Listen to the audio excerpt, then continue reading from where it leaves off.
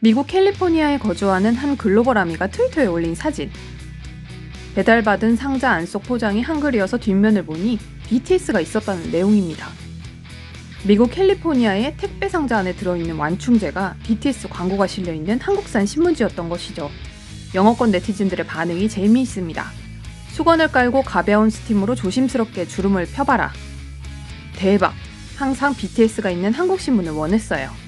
좋은 발견이다. 잘했다. 그들은 어디에나 있다. 그런데 생뚱맞게 파키스탄에서 한국 신문이 흔하다는 댓글도 보이네요. 미국에 이어 파키스탄까지 한국 신문에 무슨 일이 일어난 것일까요? 한 커뮤니티 사이트에서는 태국의 가구점 이케아의 모습이 올라왔습니다.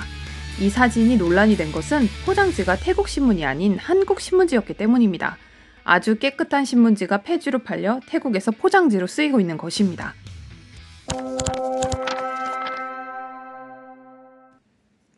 OIMP가 무슨 뜻인지 아십니까? 우리에게 낯선 이 단어 OIMP가 한국 권력 정점의 부패와 관련이 있습니다. 과연 이건 무엇을 의미하며 앞으로 어떻게 바뀌어야 할까요? 저울 위에 올라간 한 신문. 한국어 신문입니다. 이 신문은 킬로당으로 판매됩니다. 해외의 한 인터넷 쇼핑 사이트. 신문의 이름이 지워져 있습니다. 역시 한국어 신문인데요. 심지어 묶음으로 다양한 신문들이 놓여져 있습니다. 인쇄된 그대로 묶여 해외로 팔려 나온 한국어 신문들. 이것은 팔레트 상차를 한 모습입니다. 수출을 위한 작업입니다. 컨테이너에 실린 한국산 새 신문들. 코리안 뉴스페이퍼 패킹, 한국산 신문 묶음이라는 제목이 달린 이 사진들은 인도의 수출회사에서 판매용으로 올린 사진입니다. 제품의 이름은 OIMP, 즉 과대 발행된 신문입니다. 폐지 사이트에서 파는 ONP는 사용된 신문, OIMP는 과발행된 신문을 의미합니다. 원래는 신문이 실수로 과발행돼서 이렇게 판매 전 바로 폐지 시장으로 나간다면 신문사에서는 적지 않은 손해를 볼 것입니다. 따라서 이런 과발행 신문은 사실 많지 않아야 정상입니다. 그런데 이 OIMP 신문들은 전부 다 새 것이고 모두 다 한국 신문입니다. 코로나19 이후로 급등한 제지 가격이 무색하게 한국산 신문들이 킬로그램당 3,4,000원 수준으로 수출되고 있습니다. 상세 페이지는 더 충격적입니다. 컨테이너 단위로 팔리는 걸 보면 과발행 신문이 얼마나 많은지 알 수 있는데요. 원산지는 한국이고 인천에서 출고한다고 써져 있습니다. 11번가가 구축한 해외양 판매 사이트에서도 이런 과발행 신문을 쉽게 검색해 볼 수 있습니다. 말하자면 소매가인데 1kg 한 묶음에 6,500원.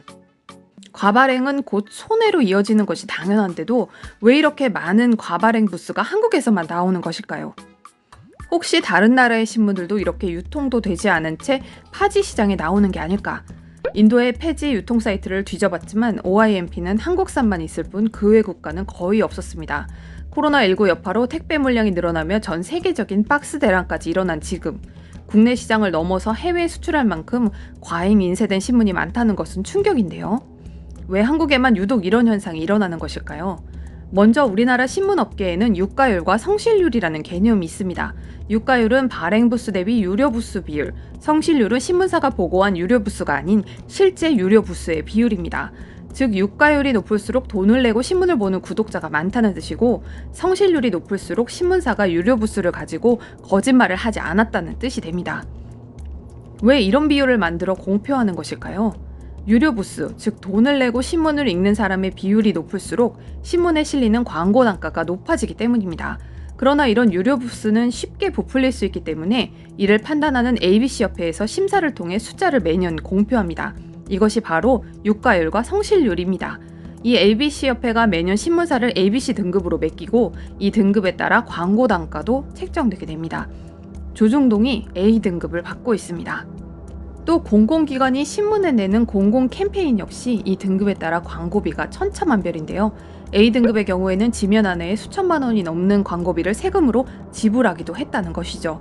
당연하지만 2017년에서 2020년 정부 광고액 중 A등급인 세 언론사가 가장 많은 돈을 가져갔습니다. 동아일보 305억, 조선일보 265억, 중앙일보가 170억에 달합니다. 문제는 여기에서 그치지 않습니다. 정부에서 주는 신문 뉴스 유통 지원금이 있는데 이 지원금 역시 이 ABC협회의 발행 부수에 따라 집행됩니다. 조선일보는 한 해 5억 원씩 지원을 받고 있습니다. 이렇게 세금까지 들어가는 일이다 보니 누구보다 공신력 있는 기관이어야 하는 ABC협회는 객관적인 조사를 거쳐 신문의 유가율과 성실률을 발표해야 합니다. 그러나 현실은 그렇지 못했습니다. 지난해 ABC협회 사무국장이 내부 고발을 통해 신문사와 협회가 짬짬이라는 것을 밝혔고, 그동안 신문사의 성실률이 95% 이상이라고 발표한 것과 달리 실제로 50%를 밑돈다는 것이 문체부 조사에서 밝혀진 것입니다. 즉, 한국의 신문사들이 발행하는 신문의 절반을 과잉 생산해 헐값에 버리고 있다는 것이죠. 그리고 이렇게 버려지는 신문에 많은 광고주들이 비싼 광고비를 내고 있고 정부 보조금까지 지출되고 있었던 것입니다. 언론은 세상에서 일어나는 사실을 밝혀 알리거나 보도해 정보를 전달하고 여론을 형성합니다. 민주주의 사회의 감시와 견제자의 역할로 언론은 보도를 통해 힘을 얻습니다. 그렇기 때문에 경제활동이 아닌 사회적 역할을 하기를 기대하며 보조금도 줍니다. 이렇게 대중의 여론 형성에 영향을 주기 때문에 입법, 사법, 행정의 뒤를 이은 제4의 권력이라고까지 부릅니다. 그러나 그 전제는 언론이 본연의 역할인 진실보도와 감시자의 역할을 했을 때 이야기입니다. 언론이 광고주인 대기업과 짜고 유리한 기사만 싣고 불리한 기사는 내리거나 정치 권력에 기대 일방적인 기사만 싣고 자신의 이익만 챙긴다면 우리는 이들을 언론사가 아닌 기레기라고 부릅니다. 발행 부수를 이토록 대담하게 속이고 반 이상을 수출 물량으로 뽑아내고 있었다면 이것은 언론인지 아니면 다양한 한글이 써져 있는 종이 수출 회사인지 궁금해집니다. 차라리 이 신문사들의 업종에 과발행 부수 수출업을 등록해주는 게 낫지 않을까요? 하루빨리 관련 법이 통과되고 다시는 이런 쓸데없는 곳에 세금 낭비가 없기를 바라봅니다. 감사합니다.